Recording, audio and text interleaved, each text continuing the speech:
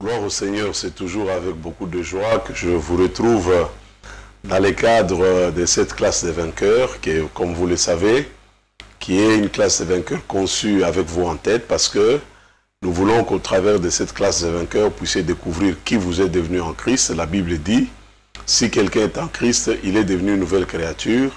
Les choses anciennes sont passées, voici toutes choses sont devenues nouvelles. C'est 2 Corinthiens chapitre 5, le verset 17e. Donc, c'est très important que nous sachions qui nous sommes devenus en Christ. Des nouvelles créatures avec un cœur nouveau, avec une nouvelle destinée, avec un nouveau avenir et tout ce qui va avec. Deuxième but pour lequel nous avons cette classe des vainqueurs, c'est de nous aider à découvrir ce que nous avons en Christ. La Bible déclare en Christ, nous avons pleinement tout reçu. Donc nous pouvons tout avoir auprès de Christ et du fait de notre relation avec Jésus-Christ. Troisièmement, qui ou bien ce que nous pouvons faire par Christ. Paul dit, je puis tout par celui qui me fortifie. Donc, à travers cette classe des vainqueurs, nous voulons que vous puissiez arriver à ces trois découvertes. Primo, savoir que vous êtes devenu en Christ. Secundo, ce que vous pouvez en Christ. Et tertio, ce que vous avez en Christ. C'est très important, vous savez.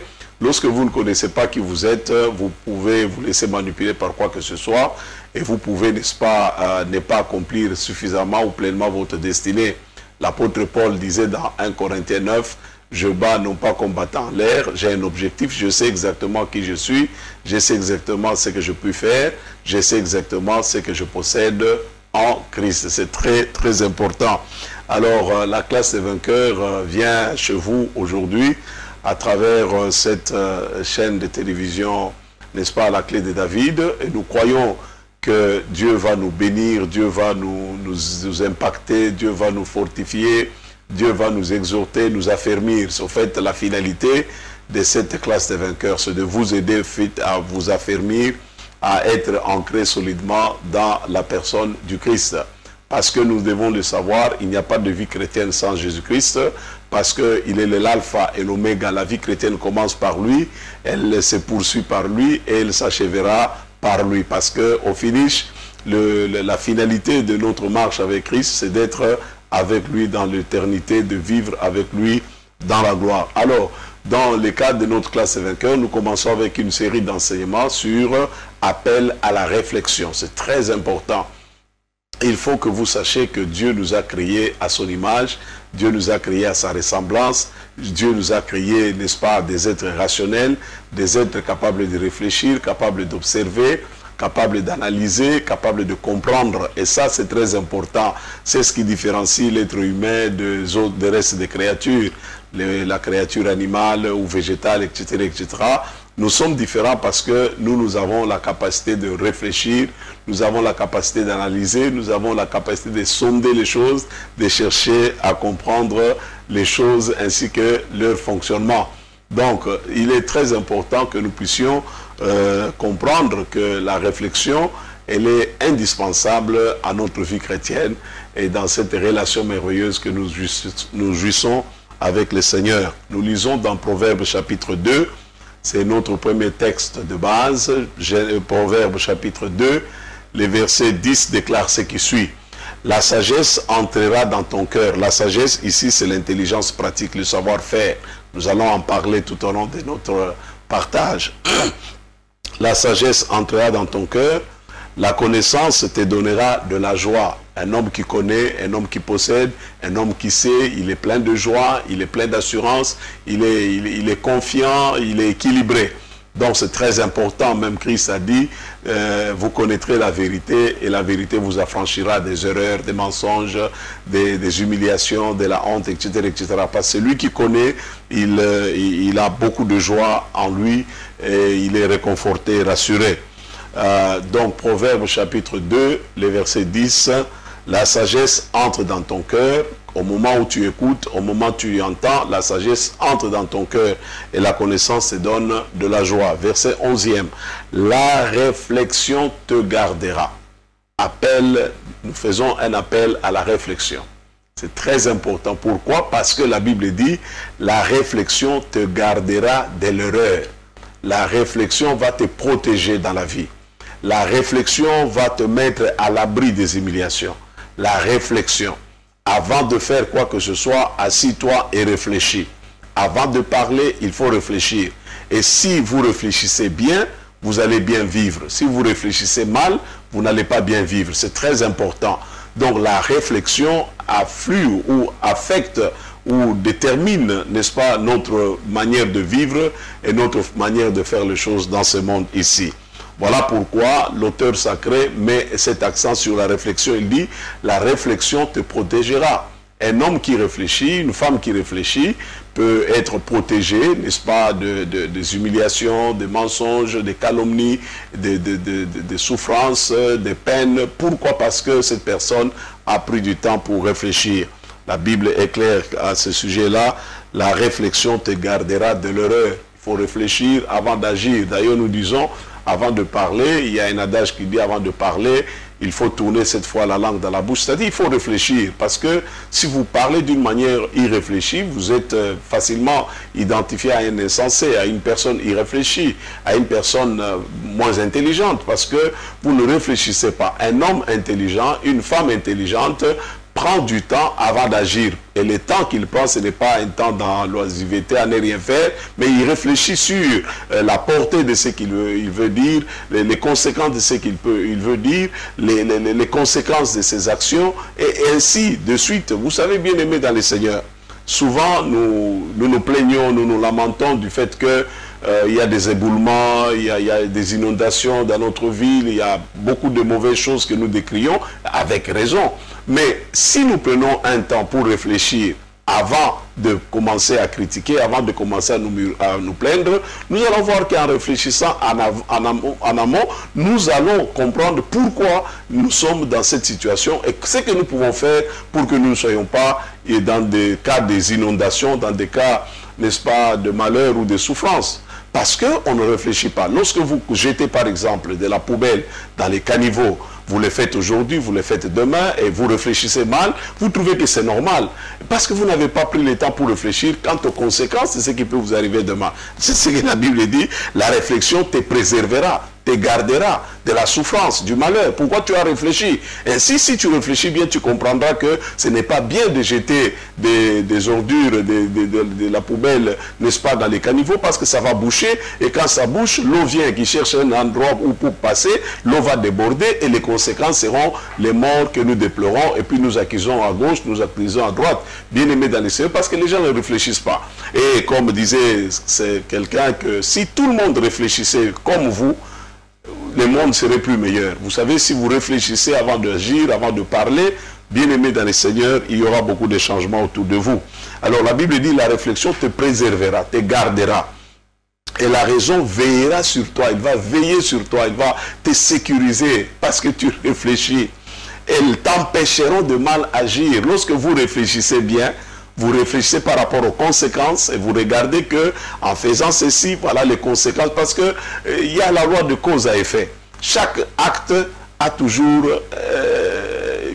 un effet correspondant. Donc c'est très important.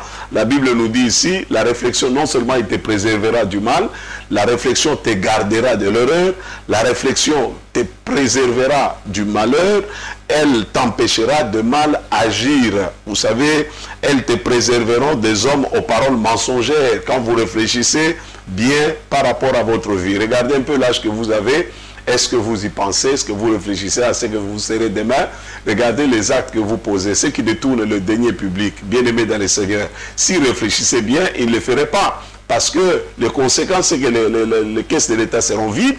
Et lorsque les caisses de l'État sont vides, il n'y a pas de ressources pour construire des hôpitaux, pour construire des meilleures écoles. Par conséquent, demain, ce sont vos enfants qui en pâtiront. Donc celui qui réfléchit avant d'agir, bien aimé dans le Seigneur, cela va les préserver de faire du mal et de causer beaucoup de pertes. La Bible nous dit dans les livres de Proverbes, chapitre 23, les versets 7e, la Bible dit, l'homme est tel que sont ses pensées au-dedans de lui. Tel il pense, tel il réfléchit, tel il va vivre. Vous ne pouvez pas avoir de mauvaises actions, bien vivre si vous ne réfléchissez pas bien, vous ne posez pas de bonnes questions avant d'agir ou de faire quoi que ce soit. Donc c'est très important. Vous devez comprendre, comme je l'ai dit tantôt à mon introduction, la réflexion, c'est cette faculté qui n'a pas été altérée par la chute de l'homme. C'est-à-dire l'homme ayant péché, vous allez voir que chaque fois que Dieu veut parler à l'homme, il les raisonne. Il lui dit, je mets devant toi la vie et la mort, réfléchis, fais un bon choix. Voilà, je te montre les conséquences de chaque choix que tu feras. Donc c'est très important et celui qui réfléchit bien, il lèvera une bonne option et il vivra bien. Donc il n'aura pas à être puni. Et quand vous lisez encore le même texte dans la version parole de vie, hein, c'est une autre traduction, une autre version de la Bible, je vais me lire ça. Il est écrit, alors la sagesse pénétrera dans ton cœur et la connaissance fera tes délices. Ça sera ton sujet de joie. Lorsque tu fais bien, lorsque tu réfléchis bien, tu en mangeras des bons fruits et ta vie sera bien arrosée, ta vie sera correcte. La Bible dit, la réflexion sera ta sauvegarde. Vous voyez, ça sera ton salut lorsque tu réfléchis. Avant, quand tu sors de ton lit chaque matin, réfléchis. Jésus a dit, qui d'entre vous, s'il veut construire une maison, ne s'assied pas d'abord, mais réfléchit et qu'il ne fasse des calculs s'il a assez de ressources, assez de moyens pour commencer à faire ce qu'il veut faire, etc., etc. Et Jésus a dit, tu ne peux pas t'engager dans un combat si tu n'as pas bien réfléchi, tu n'as pas analysé ta capacité, ta force de frappe, si ta logistique, etc., etc., de peur que tu ne sois, n'est-ce pas, anéanti par ton adversaire. Donc, il nous invite à la réflexion. Et c'est très important, la réflexion sera ta sauvegarde et l'intelligence. Donc un homme qui réfléchit, c'est celui-là qu'on appelle un homme intelligent. Un homme qui ne réfléchit pas, un homme qui n'analyse pas, c'est un homme qui n'est pas intelligent. Alors la Bible nous dit, l'intelligence veillera sur toi pour te préserver de la mauvaise voie. Vous voyez, ça va t'aider. Quand tu réfléchis, cela va te préserver de la mauvaise voie, de mauvais comportements, de mauvais propos, de mauvaises attitudes, de mauvais caractères, etc., etc. Tu vas réfléchir parce que à chaque réflexion, ça te préserve, n'est-ce pas, de mauvaises conséquences. Parce que si tu as agi sans avoir réfléchi, les conséquences peuvent être très humiliantes et nuisibles et honteuses. La Bible nous dit, la réflexion va te préserver de la mauvaise voie et des hommes qui tiennent de paroles fourbes. Donc la sagesse, la connaissance, la réflexion sont des caractéristiques, n'est-ce pas, que l'Éternel accorde à ceux qui lui font confiance. Et nous, chrétiens, nous devons être les hommes et les femmes les plus intelligents parce que les plus réfléchis. Nous avons le Saint-Esprit qui est avec nous, qui nous aide à réfléchir, pas seulement parler en langue. Vous voyez, l'apôtre Paul dira que je parlerai en langue, mais je prierai aussi avec mon intelligence. C'est-à-dire, je sais ce que je fais. Et donc, c'est très important. Alors, vous devez comprendre que les livres de Proverbes, n'est-ce pas, nous apprennent beaucoup sur la sagesse, sur l'intelligence, sur la réflexion. Quand vous examinez bien dans les livres de Proverbes, les mots traduits par sagesse, c'est les mots machal, qui veut dire, n'est-ce pas, un savoir-faire. N'est-ce pas? Et surtout un savoir-vivre dans tous les domaines de l'existence de l'homme. Un homme sage, un homme intelligent, un homme réfléchi, c'est celui qui a un savoir-vivre, qui connaît comment vivre en société, et pour vivre avec les autres, les uns les autres, pour vivre avec les mondes dans lesquels nous vivons, nous devons bien réfléchir, nous devons bien chercher à comprendre les choses. Donc c'est l'art d'appliquer dans toutes ces décisions, petites et grandes, ce que l'on sait être vrai. Vous voyez, un homme qui réfléchit, il a cet art-là de savoir ce qui est très bien, ce qui est vrai, ce qui est utile, ce qui est fiable et ce qui fonctionne. Aujourd'hui, avec les médias, avec les médias sociaux, Facebook et tout ce que vous avez, il y a beaucoup d'informations qui circulent là de ça, à telle enseigne que parfois vous vous retrouvez en train de partager des histoires que vous n'avez pas compris, que vous n'avez pas réfléchi là-dessus, vous n'avez même pas pour mesurer la conséquence de ce que vous faites, et demain, poum, il y a quelque chose d'inattendu, de mauvais qui vous arrive, vous commencez à vous plaindre et à pleurer. Et c'est la raison pour laquelle le livre de Proverbes est un livre extraordinaire, que chaque enfant de Dieu devrait lire et comprendre, devrait étudier. Parce que dans ces livres ici, la Bible nous dit les buts pour lesquels Dieu nous a donné les livres de Proverbes. Dans Proverbes chapitre 1, verset 2e, on nous dit que c'est pour enseigner aux hommes la sagesse et l'instruction. les instruire, enseigner aux hommes comment ils doivent se comporter, comment ils doivent vivre en société, comment ils doivent réfléchir. Vous lisez dans Proverbe 31, par exemple, il dit « La femme sage, la femme vertueuse, elle a plus de valeur que les perles. Elle pense à un champ et elle l'acquiert. Elle réfléchit. » Vous voyez, elle planifie, elle organise sa vie par rapport à un idéal. Et ça, c'est très important. Et si vous ne faites pas cela, bien aimé dans le Seigneur, vous allez vous retrouver toujours en train de faire du surplace, en train d'accuser les démons, parce que je sais que Satan, c'est l'un des grands boucs émissaires pour beaucoup de gens. Ils ne veulent pas faire, ils ne veulent pas bien réfléchir. Alors quand il y a des mauvaises conséquences, vite, vite, le bouc émissaire, c'est le diable. Mais je ne partage pas totalement cet avis-là. Je crois que Dieu nous a dotés de l'intelligence, il nous a créés à son image. Nous sommes des êtres rationnels, capables de réfléchir, capables d'analyser, capables de comprendre et de tirer les bonnes conclusions. N'est-ce pas? C'est très important. Donc, les livres de Proverbes ont pour but d'enseigner aux hommes la sagesse et l'instruction pour qu'ils comprennent les paroles de discernement. Or, discerner, c'est-à-dire savoir juger, faire la part des choses entre ce qui est vrai et ce qui est faux. Savoir analyser, avoir un esprit critique. C'est très important. Quelqu'un me dit, mais docteur Kalo, ce que tu enseignes là, la réflexion, non, nous c'est l'esprit, nous c'est la foi. Mais la foi, c'est la réflexion, bien aimé. Vous réfléchissez, vous croyez dans ce que Dieu a dit. Regardez comment Satan a eu la femme. Il a dit, est-ce que Dieu a-t-il réellement interdit? Est-ce que Dieu a-t-il réellement? Il a poussé à réfléchir. Et il a réfléchi ou il a agi avec précipitation parce que Satan avait déjà travaillé sa tête et elle a succombé à la tentation. C'est pourquoi la Bible dit qu'elle a été séduite. Et quand vous parlez de la séduction, c'est à partir des arguments qu'on peut vous présenter qui vous allègent, qui vous emballent. Et à ce moment-là, vous êtes séduit, vous vous laissez emporter et vous vous laissez entraîner. Lisez par exemple dans ce qui est écrit dans Daniel chapitre 5, le verset 11e. C'est Daniel, n'est-ce pas, l'homme sage, l'homme intelligent, l'homme réfléchi, l'homme sensé, n'est-ce pas, il est classé parmi les sages en Israël. La Bible nous dit, il y a dans ton royaume, on parle d'un homme, c'est la mère d'un roi païen qui dit ceci, il y a dans ton royaume un homme en qui réside l'Esprit de Dieu Saint, ou l'Esprit Saint de Dieu, du temps de ton Père, on trouva en lui une capacité à comprendre, capacité à analyser, capacité à discerner les choses, ce qu'on appelle de la clairvoyance, une intelligence et une sagesse pareille à la sagesse de Dieu. C'était un homme réfléchi, c'était un homme intelligent, capable de discerner, capable de comprendre et d'apporter des solutions. Vous savez, une personne intelligente, ce n'est pas celle qui a été à Harvard, qui a un PhD, qui a un master, qui a un bac, qui a ceci et cela. Non, une personne intelligente, c'est dans le fait que cette personne est capable d'apporter des solutions aux problèmes, n'est-ce pas, qu'il rencontre ou de sa société. Alors on nous dit ici, le roi Nabuchodonosor, ton père, avait établi Daniel, il était chef des mages, des magiciens, des astrologues et des devins. Mais il nous dit, en lui on a trouvé une capacité, de la bonne réflexion, de l'intelligence. Et il réfléchissait bien, il analysait bien et il a donné une solution au roi.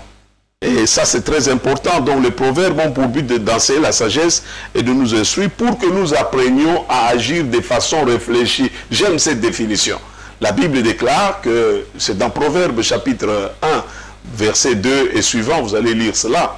Dans ce texte, on nous dit que les proverbes ont pour but de, non seulement de nous enseigner la sagesse, de nous donner des instructions, mais pourquoi ils nous donnent cette sagesse et ces instructions? C'est pour que nous apprenions à agir de façon réfléchie.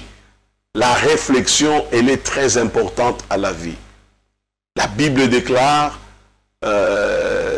c'est lui qui réfléchit avant d'agir, c'est un homme sage. C'est lui qui réfléchit, il pense, il analyse, il observe, il cherche à comprendre. Il fait tout pour d'abord comprendre c'est quoi, pourquoi telle chose arrive, telle autre chose n'arrive pas. Pourquoi il y a cette conséquence, là-bas il n'y en a pas. Donc il réfléchit. J'ai toujours dit, j'ai été au Maroc par 2 fois, bien aimé dans le Seigneur, j'ai été dans ce pays. Ici en Afrique, ils n'ont pas de malaria. Vous savez, mais en Afrique sud-saharienne, il y a de la malaria. Vous devez vous poser la question, réfléchir. Pourquoi là-bas, nous sommes sur le même continent, la même terre, etc., etc. Mais là-bas, il n'y a pas de malaria. Ici, il y en a. C'est parce que ici, nous réfléchissons mal. Nous ne réfléchissons pas avant d'agir, avant de poser nos actes. C'est ainsi que nous vivons, nous avons des immondices, nous avons des poubelles. Et excusez-moi, j'ai toujours dit aux gens, vous avez peut-être raison de dire l'État, mais ce n'est pas l'État qui jette les poubelles dans nos rues. Ce n'est pas l'État qui fait ce que nous faisons, c'est nous qui jetons les ordures. C'est nous qui allons bâtir là où il ne faut pas bâtir. C'est nous. Même si on dit, écoutez, mais l'État devrait... L'État, mais même vous-même, vous avez une tête, vous pouvez réfléchir. On vous dit, venez construire sur ce terrain, c'est un terrain marécageux. Et vous savez qu'après un temps, il y aura des conséquences. Mais vous y allez quand même, et puis demain, vous cherchez à accuser l'État. Nous, si nous commençons à bien réfléchir, nous allons bien vivre, mes frères. Je vous parle de choses pratiques.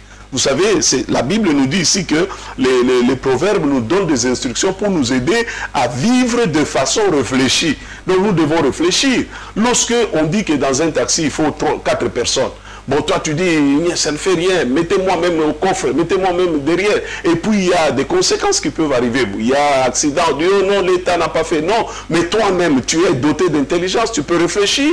Si vous réfléchissez bien avant de poser un acte, vous allez voir que la vie dans la société sera normale. Parce que les gens réfléchissent bien. C'est pourquoi la Bible dit, il est tel que sont les pensées dans son cœur. Donc, tel il pense, tel il agit. Donc, la manière dont nous réfléchissons, c'est ce qui est à la base de nos souffrances, à la base de nos misères, à la base de nos problèmes. Ce n'est toujours pas le diable, mes frères et sœurs. Bien-aimés dans le Seigneur, la Bible nous dit encore que les livres ici doivent nous aider. Les livres des Proverbes nous aident à réfléchir, à garder bien nos pieds sur terre, d'avoir un bon sens et avoir du discernement. Donc, la réflexion, elle est très importante, vous ne devez pas la bafouer. Vous ne devez pas négliger cela. À la réflexion et à la connaissance. Quand vous connaissez, vous réfléchirez aussi bien parce que vous réfléchissez sur base de ce que vous connaissez. Mais quand vous ignorez, vous ne connaissez rien. Bien aimé, la Bible dit, mon peuple est détruit, non pas parce qu'il y a des démons. Mon peuple est détruit, non pas parce qu'il y a des sorciers. La Bible dit, mon peuple est détruit parce qu'il lui manque de la connaissance. Et qui dit connaissance, dit aussi réflexion. Quand vous ne réfléchissez pas avant d'agir, vous allez vous retrouver dans des problèmes et dans des situations compliquées. L'auteur continue en disant que les livres de Proverbes nous a été donnés par l'inspiration de Dieu afin de nous aider à être justes. Vous voyez, quand vous réfléchissez sur vos comportements, sur vos attitudes, vous allez vous dire, est-ce que si je continue comme ça, c'est une bonne attitude, c'est un bon comportement. Est-ce que mon comportement va avancer ma famille, va m'avancer dans la société? Est-ce que cette attitude que j'ai, ce caractère que je développe, les manières que j'ai, est-ce que ça peut m'aider à évoluer dans la vie? À ce moment-là, quand vous y réfléchissez sérieusement, vous allez voir que tel comportement, vous devez vous en débarrasser, telle habitude, vous devez laisser ça de côté, parce que ça ne vous aide pas à devenir le meilleur de vous-même, ni à donner le meilleur de vous-même. Donc c'est très important que nous apprenions à réfléchir. Et la Bible nous dit que les livres de Proverbes nous a été donné pour nous aider à savoir juger et à nous conduire avec équité. Vous voyez, la bonne réflexion va aussi nous aider à bien vivre dans la société. C'est très important. Lorsque vous faites certaines choses que nous faisons dans notre ville, ici, dans notre pays, à un moment donné, chrétiens, païens, tout le monde, on est confondu, on est à la base des embouteillages, on va prier contre l'esprit des embouteillages. Il n'y en a pas un esprit, c'est tout simplement de l'indiscipline, on ne conduit pas bien, on ne respecte pas les codes de la route, et on se retrouve...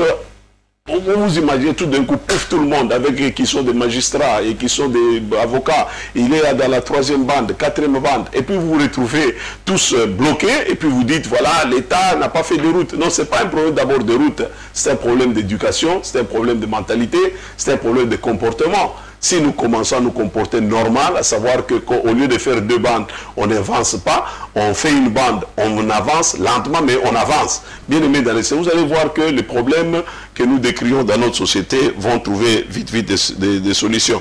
Donc si on prend, et ça c'est très important, vous devez savoir que en tant qu'être créé à l'image de Dieu, n'est-ce pas, nous devons savoir discerner, vous voyez, bien réfléchir, c'est discerner. C'est comme ça que Dieu, au commencement, il a séparé les ténèbres de la lumière. Il a séparé, il a discerné, il a réfléchi, il a divisé. Et ça, c'est très important. L'auteur dit aussi que la sagesse consiste à savoir juger. Cela nous permet, c'est un aspect pratique de la justice qui correspond, qui consiste plutôt à prendre, n'est-ce pas, la décision qui convient à une situation donnée. Quand la Bible nous dit la réflexion te préservera. C'est-à-dire, elle va t'aider à prendre la bonne décision qui conviendra dans chaque situation donnée. C'est très important. Victor Hugo a écrit en disant ce qui suit: le monde matériel repose sur l'équilibre et le monde moral repose sur l'équité. L'équité, c'est les justes mesures. Très important. Il faut être équilibré. Il ne faut pas être... Vous savez, c'est très important. Il faut faire appel à votre conscience. Réfléchissez. Nous ne sommes pas des êtres morts. Nous avons une conscience. La Bible parle de la conscience cautérisée comme si elle était sciée au feu rouge, marquée au feu rouge. Mais nous avons une conscience normale qui fonctionne. Et quand vous avez une bonne conscience, vous allez voir que la vie sera bien réglementée autour de vous. Alors, donc, c'est très important. Nous devons comprendre, bien-aimés dans le Seigneur, la Bible dit: heureux celui qui ne se condamne pas lui-même dans ce qu'il approuve. C'est très important. Est-ce que ce que vous approuvez est correct? Est-ce que ça va faire avancer la société? Est-ce que ça va avoir des incidents sur votre vie, sur votre famille, sur vos enfants, etc., etc. C'est très important. Donc, vous devez réfléchir avant de prendre une décision, avant d'agir, avant de poser un acte. Et pour terminer, je voudrais vous amener dans les livres de Agé, le prophète Agé. Nous prendrons le verset 5e et suivant, et puis nous allons revenir. Je vous ai dit, c'est une étude, et vous sentez-vous libre de nous poser des questions, de nous écrire au numéro qui apparaît au bas de votre écran. Et appelez-nous, nous sommes là pour partager, pour nous exhorter et pour prier ensemble avec vous. Anyway, la Bible dit dans Agé chapitre 1, le verset 5, « Ainsi parle l'Éternel. Considérez attentivement vos voies. Réfléchissez. » Dieu invite son peuple à réfléchir, à analyser, à essayer de comprendre. C'est ça, la réflexion te préservera. La réflexion te guidera. La réflexion va te préserver des erreurs. C'est très important. Il leur dit ici: vous semez beaucoup et vous recueillez peu. Vous mangez et vous n'êtes pas rassasié. Vous buvez et vous n'êtes pas désaltéré. Vous êtes vêtu, mais vous n'avez pas chaud.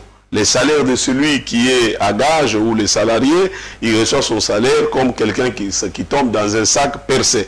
Ainsi parle l'Éternel: considérez, réfléchissez. Vous savez, la Bible dit, et ça j'aime, au jour du malheur, réfléchis. On ne dit pas au jour du malheur, commence à pleurer. On ne dit pas au jour du malheur, prier. Avant de prier, réfléchis d'abord, mon frère. Anyway, que le Seigneur vous bénisse. Je crois que nous allons y revenir. Dieu va nous aider. Le but de la classe des vainqueurs, c'est de nous aider à devenir matures en Christ, à comprendre ce que nous sommes en Christ et ce que nous pouvons faire par lui. Que Dieu vous bénisse. Merci.